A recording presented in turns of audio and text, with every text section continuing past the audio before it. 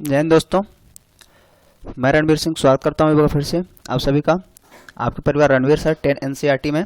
तो दोस्तों हम लोग जैसा कि एक्सरसाइज का और प्रैक्टिस नंबर 3.2 का और ये पार्ट नंबर 3 हम लोग देखने जा रहे हैं, यानी इससे सवाल और तीसरा वीडियो है प्रैक्टिस नंबर 3.2 का, है ना। तो बहुत ही महत्वपूर्ण रहने वाला है। तो वीडियो शुरू करते हैं। आप देख पा रहे हैं दो चर वाले रैखिक समीकरण युग्म यानी pair of liner equation in the two variables. तो इस टॉपिक को हम लोग देख रहे हैं, थोड़ा लंबा टॉपिक जाता है इसमें, है ना। तो चलिए वीडियो शुरू करें। उससे पहले अगर आप चैनल पर नए हैं तो प्लीज़ सब्सक्राइब कर लीजिए। यहाँ पे रेड बटन में सब्सक्राइब लिखा होगा, उसको काला कर लीजिए और साथ ही साथ घंटी आएगी तो घंटी को भी ऑल पे क्लिक कर लेंगे, जिससे आपको मिल सकेगा नोटिफिकेशन सबसे पहले। और बोर्ड एग्जाम की तैयारी के लिए बिल्कुल लगे रहें। और मैं भी ये भी बताता चलूँगा कि कौन से सवाल आपको कॉम्पिटिटिव एग्जाम में पूछे जाते हैं आमतौर पर अधिक से अधिक, वो भाई मैं देखता चलूँगा कौन सा कैसा होता है ना। तो चलिए शुरू करते हैं। वीडियो को लाइक कर दीजिए। ये देखिए 10वां क्वेश्चन, ठीक है, ये तो ऊपर वाला है। 10वां क्वेश्चन देखिए, कह रहा है P के किस मान के लिए रैखिक समीकरणों की निकाय 3x + y = 1 तथा 2p - 1 × x plus under bracket p - 1 × y = 2p + 1 under bracket, है ना, का कोई हल नहीं है। देखिए आप जानते हैं कोई हल ना होने का जो मामला बनता है वो a1/a2 = b1/b2 not = c1/c2। Clear. तो ऐसा समीकरण बने, है ना। तो यहां पे p का क्या वैल्यू होगा। तो देखिए कम से कम आपको पता है a1 a2 और बराबर b1 b2 जो है ये आपस में इक्वल हैं। तो देखिए इस समीकरण को मैं थोड़ा सा फिर से एक विस्तार से बताने की कोशिश करूंगा कि कौन सा a1 a2 होता है। ये इधर जाएगा तो माइनस का हो जाएगा बराबर 0। तो अब यहाँ पे जो आपका होगा a1 आप लिख देंगे 3 प्लस का, और यहाँ पे b1 इसका गुणांक जो है 1 है प्लस का, और c1 जो होता है डिजिट ही होती है तो यहाँ माइनस का 1 हमने यहाँ पे 0 के बराबर में जरूर लेके आते हैं। और दूसरा समीकरण जो हम लोग का है ये देखिए, तो यहाँ पे 2p - 1 × x plus under bracket p - 1 × y = 2p + 1 under bracket, है ना। तो यहाँ पे देखिए इसको भी इधर ले आएंगे तो माइनस का हो जाएगा, तो 2p - 1 x plus p - 1 y minus 2p + 1 = 0। तो यहाँ पे जो a हो जाएगा यानी a2 इतना, b2 इतना और c2, ठीक है। और आप यहाँ पे जब सवाल लगाएंगे तो आप ऐसे दिखाएंगे, ठीक है। फिर a2 ऐसे दिखाना होगा कि हमारा 2p - 1 ये है हमारा a2, और b2 हमारा क्या है p - 1, c2 जो है माइनस का 2p + 1, ठीक है। तो यहाँ पे अभी हम लोगों को a1 और b1 a2 और b2 से ही काम है।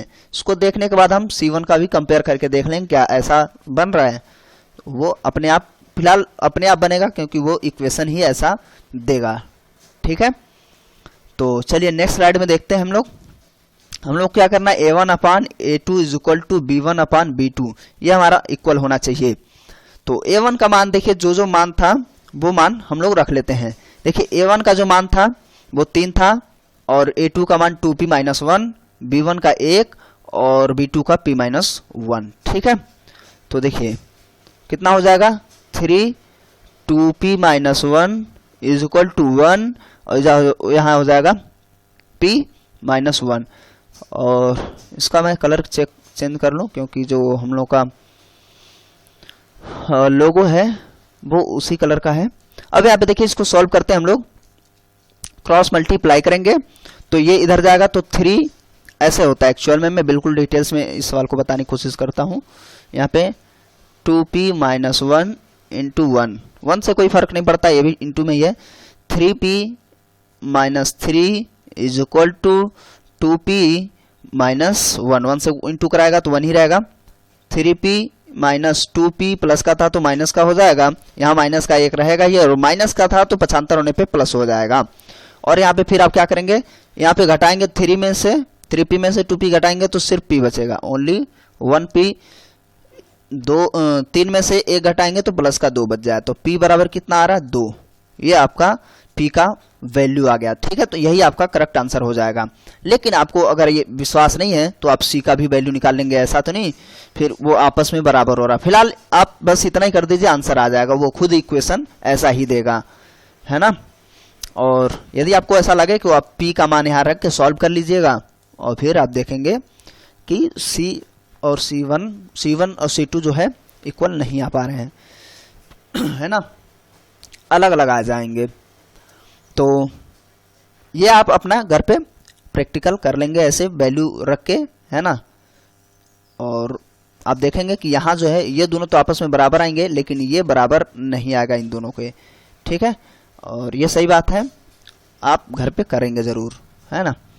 चलिए अब हम लोग बात करते हैं नेक्स्ट सवाल पे, और ये इसका आखिरी सवाल होने वाला है। देखिए कोई भी किताब हो आपके पास, कोई दिक्कत नहीं है।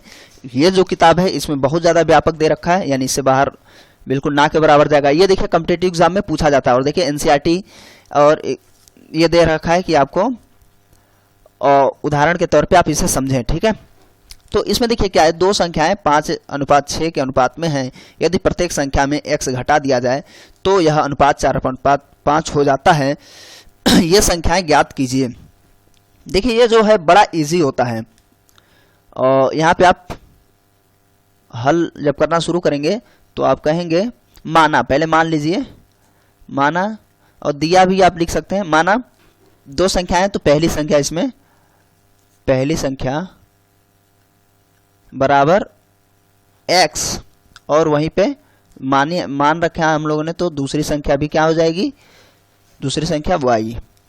ये हम लोगों का माना हो गया था। अब इक्वेशन के अकॉर्डिंग दो संख्याएं 5:6 में है, यानी कि x अनुपात y = 5 का अनुपात जो होगा वो 5:6 इस तरीके से। और इसको हम लोग ऐसे लिख लेते हैं x/y = 5/6। या आपको यहाँ से मैं बता रहा हूँ, जो भी चीज़ें आप समझिए। ठीक है, कुछ चीज़ें मैं इसमें एक्स्ट्रा भी बताऊंगा जिससे आपको समझ में आ सके। आपको डायरेक्ट यहाँ पे सवाल ऐसे लिख लेना है। अतः पहली संख्या x बराबर क्या हो जाएगा, 5। कोई ना कोई एक कांस्टेंट ले लीजिए जब अनुपात से चीजें, क्योंकि अनुपात तो वही संख्याएं बनती हैं जिसमें दोनों संख्याओं में कोई समान संख्या विभाजित करती हो। तो मान लेते हैं यहाँ पे कोई k संख्या रही हो जो इनको समान रूप से विभाजित करती है। तो k संख्या है, तो इसलिए क्या हो जाएगा 5k, और y बराबर 6k। ध्यान से समझिएगा। अब ये संख्याएं आ चुकी हैं। अब चूंकि संख्याएं आ चुकी हैं और उसमें से हमें 8 घटाना है, ये नंबर में है और ये भी नंबर में आ चुकी हैं, अनुपात में नहीं बची। ठीक है, जब इसमें से 8 घटाएंगे दोनों में से तो 4:5 बचता है। तो नेक्स्ट स्लाइड में देखते हैं इसको। जब पहली संख्या ये है, सॉरी x नहीं होगा k, और दूसरी संख्या क्या है 6k है, दोनों में से यदि हम 8 घटाते हैं तो अनुपात बचता है 4:5। अनुपात को हम बटे में लिखते हैं, बात समझ पा रहे हैं। देखिए इसको हम ऐसे लिख लेंगे 5k - 8 अनुपात 6k - 8 बराबर 4:5। समझ पा रहे हैं, इस तरीके से हम लोग इसको लिख लेंगे। ठीक है, तो अब इसी चीज को मैं थोड़ा सा डायरेक्ट कर दिया हूं, अनुपात जो है बटा के बराबर में ही होता है। तो आप इसको पहले यहां लिख सकते हैं, फिर ऐसे। अब इसको हम लोग करेंगे सॉल्व। अनुपात बटे में हो गया, सॉल्व करेंगे तो 5×25 25k और 8×5 40 माइनस का 40 बराबर, देखिए 6×4 24k और 8×6 48। ठीक है,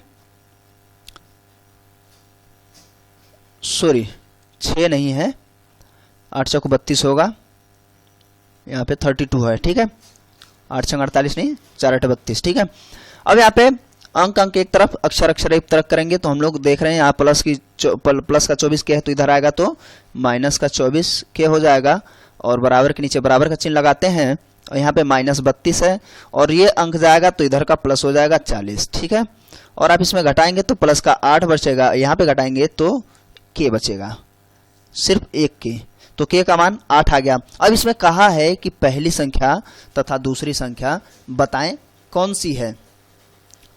अब चूंकि ये संख्याएं हैं कौन सी, तो पहले हम लोग माने थे जो पहली संख्या थी 5k, और दूसरी संख्या यानी कि टर्म 1 और टर्म 2 क्या हो जाएगी 6k।